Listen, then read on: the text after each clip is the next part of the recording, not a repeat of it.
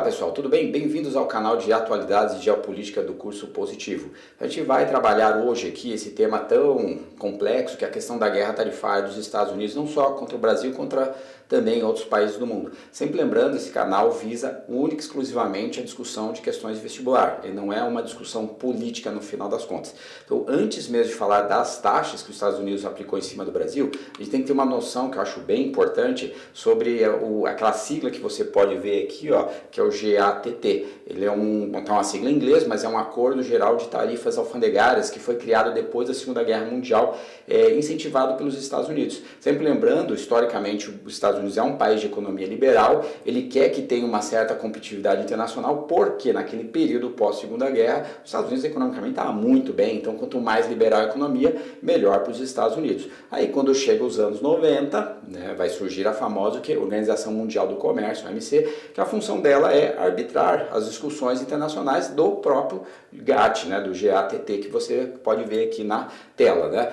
Eu acho que eles vão perguntar em prova se a OMC está tendo dificuldades no atual momento histórico. Sim, por quê? Porque os países estão, vamos usar um termo que se usa bastante no Brasil, estão fazendo um bypass, os países estão indo direto negociar um com o outro, e a OMC, por ser mais lenta, ela tem todo um processo técnico, jurídico, ela acaba sendo meio escanteada. É uma coisa parecida com o que aconteceu com a OMS um pouco na época da pandemia. Isso é uma pergunta bem coerente para cair nos vestibulares. Depois, temos que entender que independente do Trump ou não Trump, estando no governo dos Estados Unidos, essas tarifas iam surgir. Mas eu lembro que ali em 2018, no primeiro governo do Trump, você pode ver aqui, ó, os Estados Unidos já começou a taxar a China principalmente em dois segmentos. Na época caiu muito esse vestibular, que era no setor de aço, porque a China é super competitiva, ela tem muito ferro naquela região chamada da Manchúria, usa também ferro brasileiro, que é de melhor qualidade ainda, e mais o próprio carvão deles e faz um aço bem competitivo, também não tem muita tributação e tudo mais. E aí os Estados Unidos tem aquela região no norte lá, que é chamado Rust Belt ou Manufacturing Belt, que era uma área que estrategicamente antes fazia o aço do mundo. Então o Trump está tentando, desde 2018, fortalecer a base industrial do norte dos Estados Unidos. Se vai conseguir ou não, não sabemos. E ele também começou a taxar e dificultar as fábricas de chip chinesa, colocar os seus produtos nas máquinas norte-americanas. Isso também era para focar muito na indústria de chips de Taiwan, que é o grande aliado dos Estados Unidos. E quando sai o Trump, o Biden ele continua taxando outras áreas, outros valores. Então não é por causa do Trump, é uma defesa econômica da soberania dos Estados Unidos. Os outros países podem discordar, mas isso vai continuar acontecendo cada vez de forma mais intensa. Depois, outra coisa que acontece, que vai acirrar os ânimos e a própria OMC vai perder força, é a pandemia. Então, com a pandemia ou qualquer crise que tenha econômica, mas a pandemia foi super forte, houve demissões em massa no mundo, os padrões de consumo do planeta Terra mudaram, todo mundo sabe disso, você começou a usar mais celular, mais home office, você precisou comprar mais equipamentos, e como os Estados Unidos é o grande gerador de tecnologia na área de informática, ele vai perceber isso e tentar proteger o quê? Os seus softwares, os seus aplicativos, as suas empresas, e também vai ocorrer esse protecionismo que vários países do mundo fizeram, só que os Estados Unidos vai fazer mais. Por que os Estados Unidos vai criar mais protecionismos nesse segundo governo do Trump, propriamente dito? É porque, historicamente, como os Estados Unidos é o grande comprador do mundo, o povo norte-americano ele é grande consumidor, tem uma renda per capita alta, tem uma moeda que vale bastante, é extremamente comum, você pode ver aqui, ó, os Estados Unidos ter uma balança comercial deficitária. O que isso quer dizer? Que ele compra mais dos outros do que exporta. Então o Trump, a função dele é dar uma equilibrada na balança comercial com os outros países, com os tigres asiáticos, com o Japão, com a China, com o Brasil, para ver se ele leva menos prejuízo e ao mesmo tempo ele tenta fortalecer a indústria deles, que é aquela parte nordeste lá que eu acabei de mencionar. Outra coisa que é importante, vocês devem estar acompanhando no começo desse ano, os Estados Unidos vai apertar mais ainda e vai aumentar as taxações em 100% para a China. Isso também varia um pouco de ramo para ramo, não adianta ficar decorando o valor, e os Estados Unidos sabem que como a China depende dos norte-americanos para ter aquele mercado consumidor, vai ter que negociar. Então o Trump faz muito disso, aumenta de forma extrapolada, aí vai lá os economistas, os os juristas negociam com os norte-americanos e vai baixando as taxas, ou às vezes não baixa, mas essa é a discussão, ou seja, passa, né, a não valer mais tanto o OMC como era antigamente, mas é muito mais rápido hoje a situação. E no começo desse ano, o próprio Trump falou, ó, o Brasil ele não me incomoda muito, então eu vou taxar apenas o quê? 10%. Historicamente o Brasil é aliado dos Estados Unidos, principalmente depois da Segunda Guerra Mundial. A gente criou grandes setores de dependência dos Estados Unidos em relação a gente e vice-versa. A gente vai ver esses setores daqui a pouco que são bem importantes para um vestibular. Depois, o que acontece? Ó?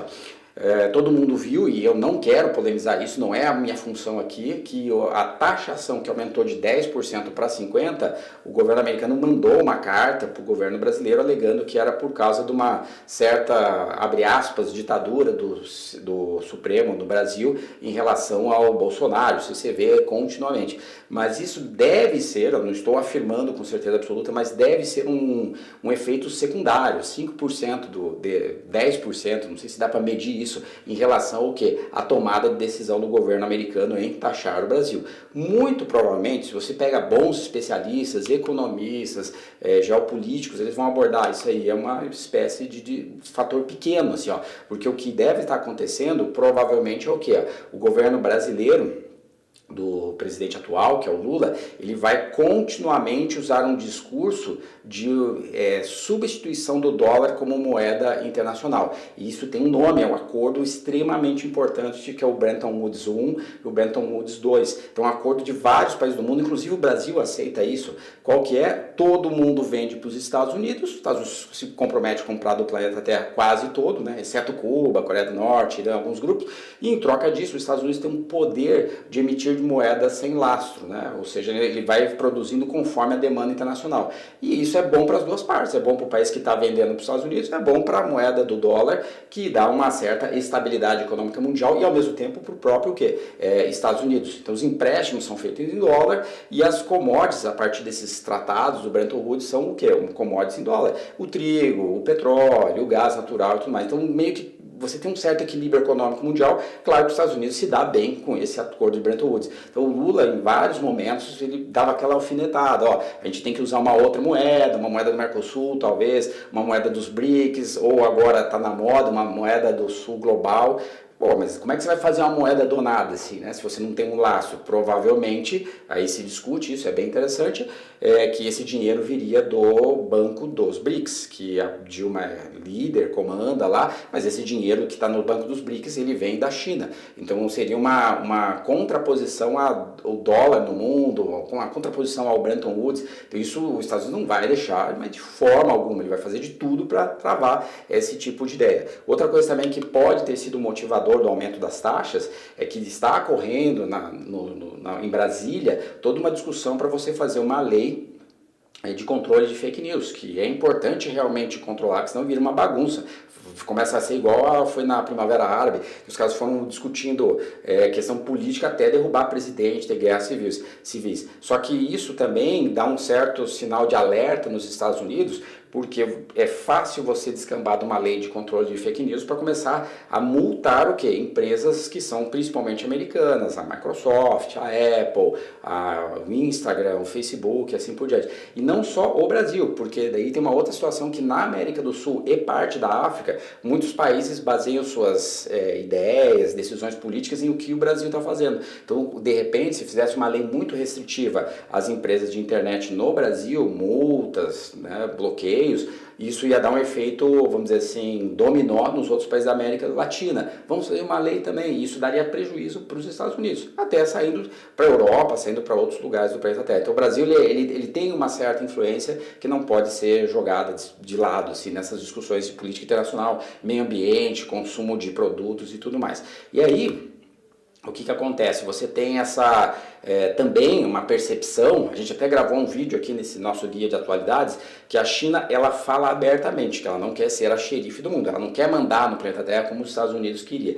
Mas como os Estados Unidos interferem ali no Japão, interferem em Taiwan, interferem algumas coisas na Índia, fronteira da China, então a China vai fazer o quê? Ela vai dar umas cutucadinhas nos países da América Latina. Então ele quer a China investir muito no Brasil, ele quer que os políticos brasileiros aceitem investimentos de infraestrutura no Brasil para gerar um efeito multiplicador também dentro dos países da América do Sul. Isso vai contra a famosa doutrina Monroe, que é aquele pensamento dos Estados Unidos, o quê? Controlado pelos americanos lá. Também os Estados Unidos não vai querer deixar nem o controle do Canal do Panamá, nem o controle do Caribe, nem um Brasil muito pró-China, alguma coisa desse gênero. Então acredita-se, vários economistas, vários pensadores, que o aumento da taxa não é por causa do ex-presidente. Ele nem é presidente do Brasil, né, o Bolsonaro, nem é mais político, ele está impedido de concorrer à eleição. E sim o quê? Questões mais de geopolítica e economia que afetariam o mundo inteiro, com decisões a partir do quê? Do governo brasileiro atual. Ou seja, após toda essa discussão, vamos tentar entender o que vai acontecer com os dois países por causa dessas taxações. Isso é só uma especulação,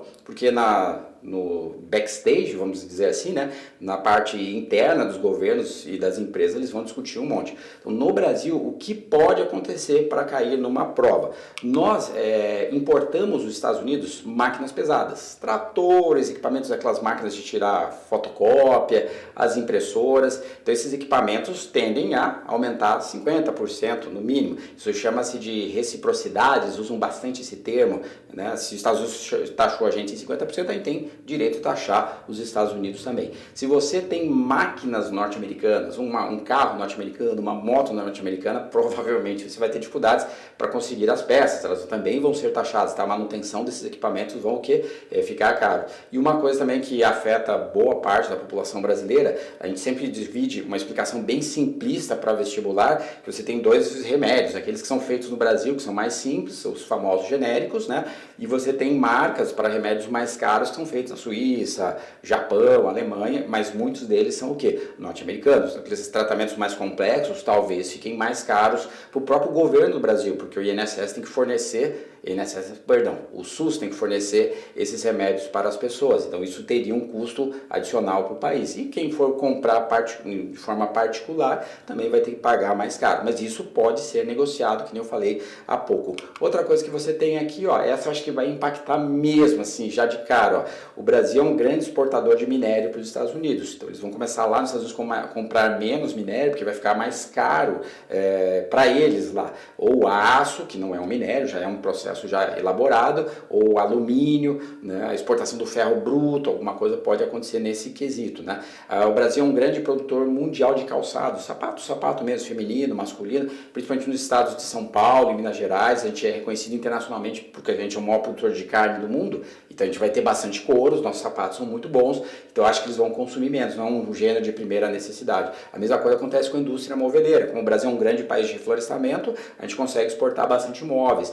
E muitos especialistas, principalmente um pouco mais da linha de pensamento pró-governo brasileiro, falam que a gente vai tentar arrumar novos consumidores para repor isso, mas não é tão fácil, porque se tivesse vários consumidores no mundo desses produtos, a gente já estava vendendo para eles anteriormente. Então realmente tem setores que vão sentir muito. A própria inflação no Brasil, o governo fala que não vai aumentar, mas existe um risco de aumentar, que você vai ter que pagar em alguns produtos 50% do nada. Isso aí acaba ficando mais difícil, mais complicado, né? Depois, vamos analisar o lado do que? Dos Estados Unidos. Então, lá nos Estados Unidos, eles acostumaram a comprar do Brasil muita carne, suíno, né, bovino, frango um pouco menos, ou talvez fique mais caro, eles vão procurar outros parceiros, né, o próprio Estados americanos lá, o Texas, talvez fortaleça a pecuária deles lá. E uma coisa que é bem curiosa, o Brasil é o maior produtor disparado de suco laranja, a gente sempre produziu suco laranja, não era para o Brasil, e sim para o mercado norte-americano. Mas o governo dos Estados Unidos já falou, não, esse aí não precisa cobrar 50%. Isso é uma discussão parecida com o café. O Brasil é um grande exportador de café, é o maior produtor do mundo, talvez e os Estados Unidos é grande consumidor, talvez eles não cobrem as taxas, a gente tem que esperar um pouquinho para frente. Mas se ele pedir numa prova quais os estados que vão ter dificuldade por causa do café e do laranja, ele pergunta, é São Paulo, que é o grande produtor nacional, mundial, para falar a verdade, de suco laranja, e Minas Gerais, Espírito Santo, Rondônia são os grandes produtores de café hoje do Brasil que poderiam estar exportando. Talvez essa seria uma certa lógica. Outra coisa interessante que pode permear a discussão, acho que é meio por fora, meio secundário, mas vai que cai isso na prova.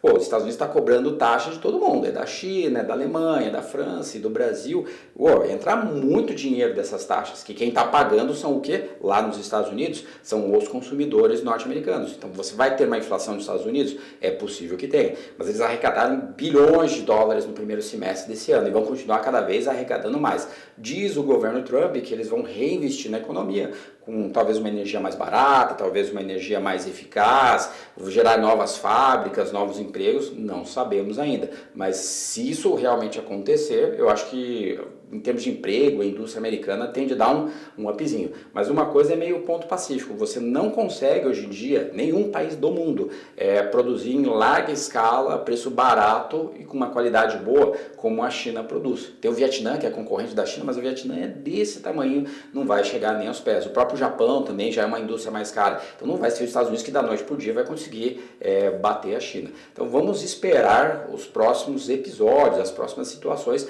mas a tendência, tanto como no Brasil e nos Estados Unidos, é ter um processo inflacionário, infelizmente. Ok? Muito obrigado pela sua atenção e até o próximo vídeo. Tchau, tchau.